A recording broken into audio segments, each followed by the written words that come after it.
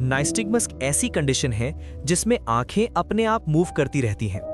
Normally जब हम किसी ऑब्जेक्ट पर फोकस करते हैं, हमारी आंखें स्टेबल रहती हैं, लेकिन नाइस्टिग्मस में आंखें इनवॉलंटरली हिलती रहती हैं, लेफ्ट राइट, अप डाउन या कभी सर्कुलर मोशन में। इसका इफेक्ट क्या होता है? विजन ब्लर हो सकता है, फोकस करना डिफिकल्ट हो जाता है और कुछ पेशेंट्स को डिजीनेस भी फील होती है। अब सवाल आता है, ये होता क्यों है?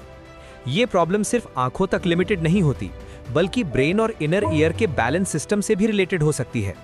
इसके दो मेन टाइप्स होते हैं। कॉन्जेनिटल बचपन से होता है, एक्वायर्ड लाइफ में बाद में डेवलप होता है। और माइनिंग जैसे एनवायरनमेंट में एक्वायर्ड केसेस का रिस्क बढ़ सकता है। कम लाइट में लंबा समय काम करना, कंटिन्यूअस फोकस और आई स्ट्रेन, हेड इंजरी और फटीग, इन सब का डायरेक्ट इफेक्ट विजुअल स्टेबिलिटी पर पड़ता है। माइनिंग में सिर्फ काम करना इंपॉर्टेंट नहीं, क्लियर विजन और स्टेबल फोकस ही आपकी सेफ्टी का बेस है। इंपॉर्टेंट पॉइंट, हर नाइस्टिग्मस सेम नहीं होता। इसका एग्जैक्ट कॉज आइडेंटिफाई करना ही ट्रीटमेंट का सबसे इंपॉर्टेंट स्टेप होता है।